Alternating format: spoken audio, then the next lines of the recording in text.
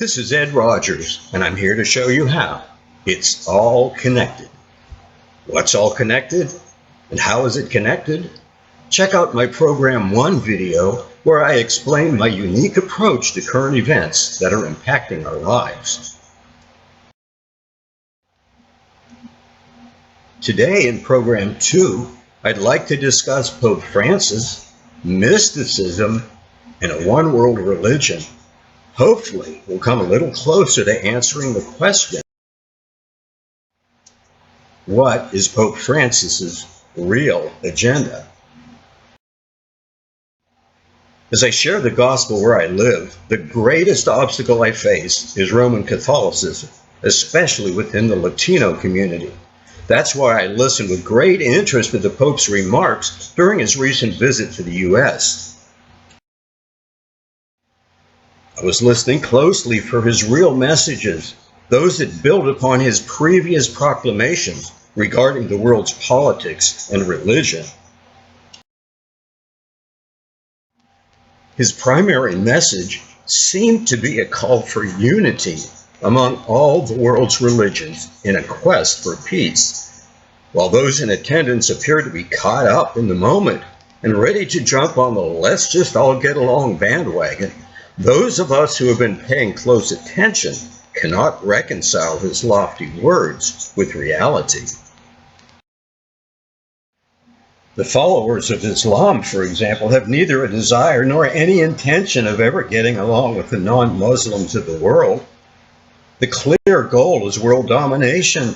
This is clearly taught in the Quran, yet Pope Francis once told guests at the Vatican that the Quran and the spiritual teachings contained therein are just as valid as the Holy Bible. Jesus Christ, Muhammad, Jehovah, and Allah, he said, are all names employed to describe an entity that is distinctly the same across the world. He employed the guests to strive to respect other religions, especially Islam. So here's in essence what he said. The Bible and the Quran are equal. Jesus and Muhammad are the same. Jehovah and Allah are the same.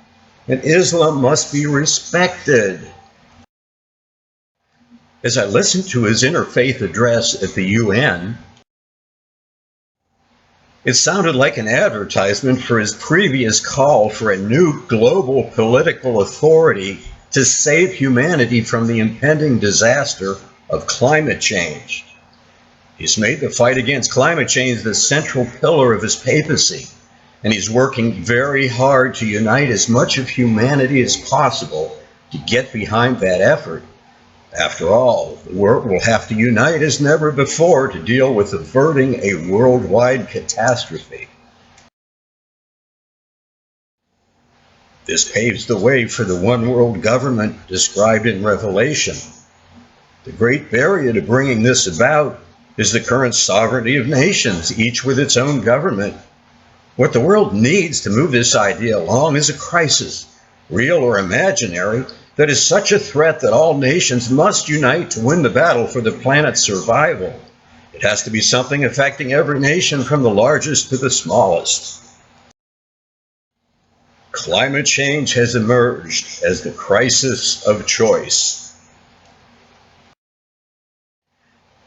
I'd like to devote the remainder of our time today to the Pope's reference that he made during the presentation to the joint session of Congress on September 25th.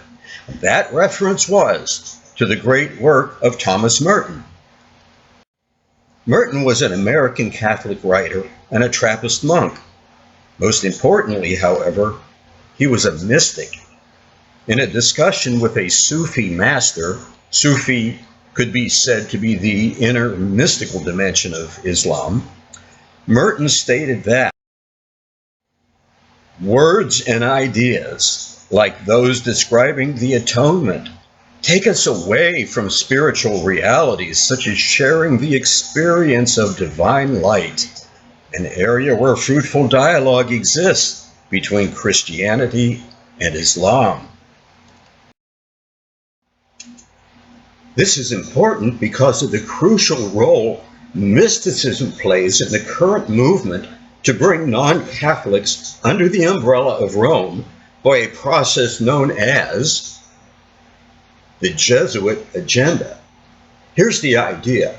If Protestants and evangelicals can be convinced, or seduced, to practice some form of mysticism, especially contemplative, they become conditioned to embrace Rome and its gathering together of all religions.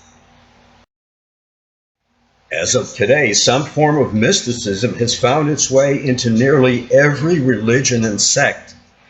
Mysticism is important, therefore, because it serves as a bridge uniting all the world's religions. To understand the Jesuit agenda, we must know who the Jesuits are. Not long after the Reformation, the Catholics launched a counter-revolution to bring the separated brethren back into the fold. Commissioned by the Pope, the Jesuits were given the task of doing whatever it took to end that nasty Protestant Reformation. Leading the militant charge against the defectors was Ignatius Loyola, the founder of the Jesuit order in the mid-1500s. Emperor Ferdinand, to satisfy his hatred for the Bohemian Protestants, instituted a high court, conducted chiefly by the Jesuits, to prosecute the reformers. Unlike the Inquisition, this was a mobile court, traveling from place to place with armed soldiers. Once the court had reached its verdict, there was no appeal. Most cases never made it that far, since the soldiers were given permission to murder the Protestants as they pleased, as long as they reported their activities to the court.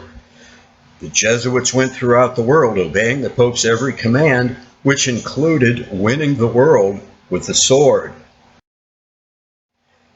In case you forgot, Pope Francis is a Jesuit. History reveals that the Jesuit order was regularly performing acts of brutality to bring the world to Christ and the Mother Church, infiltrating every area of society in the process. So, with that as background, let's return to the Jesuit agenda in action today. While there's no evidence of the original brutality in the current version of the Jesuit agenda, the goal of the Roman Church is still the same: drawing people to the Eucharistic Christ. The agenda is actually the Counter-Reformation reborn, and it's happening all over America under the name of the New Christianity, or the Second Reformation. The method of reaching the goal has always been Jesuit spirituality, as it's been called, and is characterized by the mystical prayer practices created by the Jesuit founder Ignatius Loyola. Today, millions of people worldwide practice the spiritual exercises of Ignatius Loyola. You've probably been exposed to this under other names, such as contemplative spirituality and the emerging church, or the emergent church. Both are spin-offs of the same mystical movement. During the Pope's address at Madison Square Garden, he used the word contemplate several times, brought attention to the poor among us, and stressed that peace comes from accepting others. This is all part of the Jesuit agenda. It sounds noble and altruistic, but plays right into the hand of the larger agenda. Unifying the world's religions under the banner of Rome. Is this all nothing but hype? Time will tell, but considering what we know about the Pope, we need to pay close attention to his actions and his words. If you're interested in learning more about the Jesuit agenda, there's a booklet by the same name available at lighthousetrails.com. And lastly, I'll always end by lightening things up a bit. So here's my thought for today. Two silkworms had a race. They ended up in a tie. And now you know.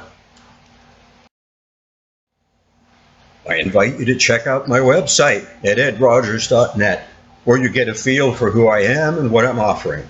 You'll see my books, blogs, and newsletters. Until our next program, this is Ed Rodgers, showing you how. It's all connected.